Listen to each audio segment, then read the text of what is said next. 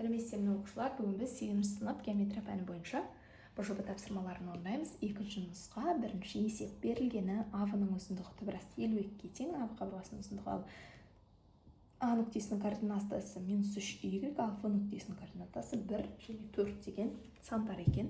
Енді бізге табу керек y-дің мәні қаншаға тең екенін. Біз А-ның формуласын пайдаланамыз. А-ның квадраты тең болады x. 2 азайту x1-дің квадраты қосу y2 азайту y1-дің квадраты. Түбірасты 52-ның квадраты тең болады. Жақша ішінде 1 минус 3-дің квадраты қосу 4 минус y-дің квадраты. Мына жерде 2 минус плюс болып кетеді. 4 болады да. 4-дің квадраты 16 болады. Сонда 52 тең 16 қосу, мына жерде де бірден жақшаны аштым, қысқаша көбейту формуласымен. Сонда 16, мына жерде 16 шықты ғой. 16 қосу 4-дің квадраты 16 минус 8y қосу y квадрат деп ашылады. Мына жақшамыз 3 мүше болып.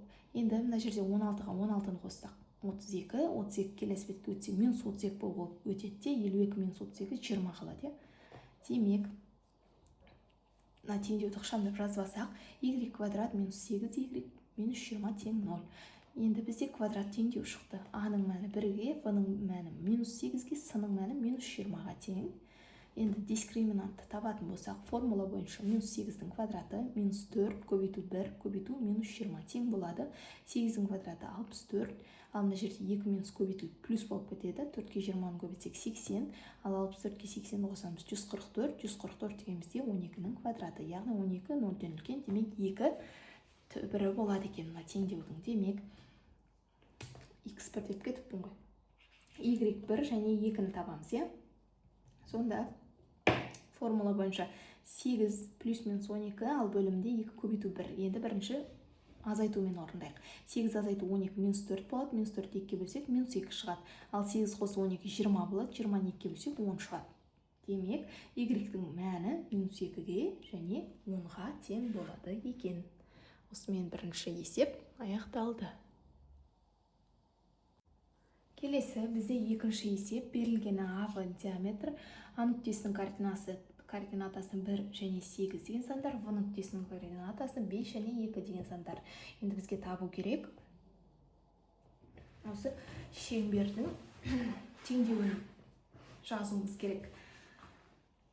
Шеңбердің теңдеуі бізде x минус А-ның квадраты қосу y минус В-ның квадраты тең r квадратқа тең. Яғни ең бірінші бізге А-ның координатасы керек екен. Ал А-в деген бұл жерде бізде шеңбердің центрі, яғни центрін О деп белгілейміз ғой.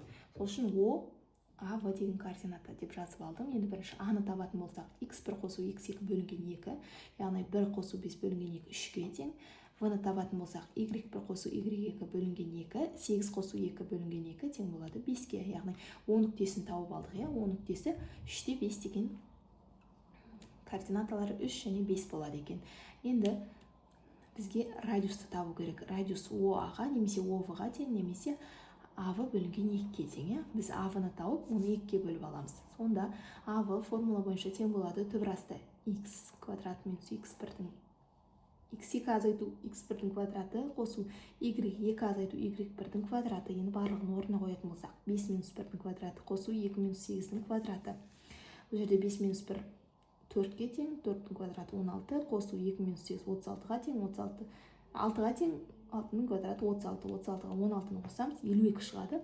Ол бізде 4 көбейту 13, яғни 4 түбірастан шығып кетеді, 2 түбірасты 13. Сонда радиусты табу үшін А-ны 2-ге бөлеміз, яғни 2 түбірасты 2-ге бөлсек, бізде 2 мен 2 қысқарады да түбірасты 3 қалады екен. Ал оның квадраты, яғни радиустың квадраты 13-ке тең болады екен. Енді формулаға қоямыз. Мынау шеңбердің теңдеуінің формуласы. Соған қойып жатырмыз орнына барлығын. X минус 3-дің квадраты қосу y минус 5-дің квадраты тең болады r-дің квадратына, ал r-дің квадраты 13-ге тең, сол үшін бірден 13 деп жазып алдым. Сонда жауабын шеңбердің теңдеуін жазып қойдық. Осымен екінші есеп аяқталды. Келесі бізде үшінші есеп. Үшінші есепте А-в-с нүктелерінің координаталары берілген. Бізге табу керек А-в-с үшбұрышының түрін анықтауымыз керек және К нүктесінің координаталарын анықтауымыз керек және А-в-с үшбұрышының ауданын табуымыз керек. Бірінші А тапсырмасынан бастап орындайық. Бірінші қандай үшбұрыштың қандай түрі екенін табуымыз үшін бірінші А-сы, В-сы, А-сы қабырғаларының ұзындықтарын тауып алайық. Формуласын жазып қойдым. Осы формула бойынша бізде А-ның ұзындығы 20-ға тең, В-сының ұзындығы 12-ге тең, ал А-сының ұзындығы 16-ға тең болады екен. Сонда қарайтын болсақ, әрқайсының ұзындығы әртүрлі болып тұр. Демек, А-сы үшбұрышы қабырғалары әртүрлі үшбұрыш болады екен. Енді келесі В тапсырмасын орындайтын болсақ, К нүктесінің координаталарын табайық. Ол үшін біз А және С нүктелерінің координаталарын пайдаланамыз. Неге? Себебі ВК деген медианы бізде А-сы қабырғасына түсіп тұр. Демек, сол үшін осы екеуінің координаталарын пайдаланып жатырмыз.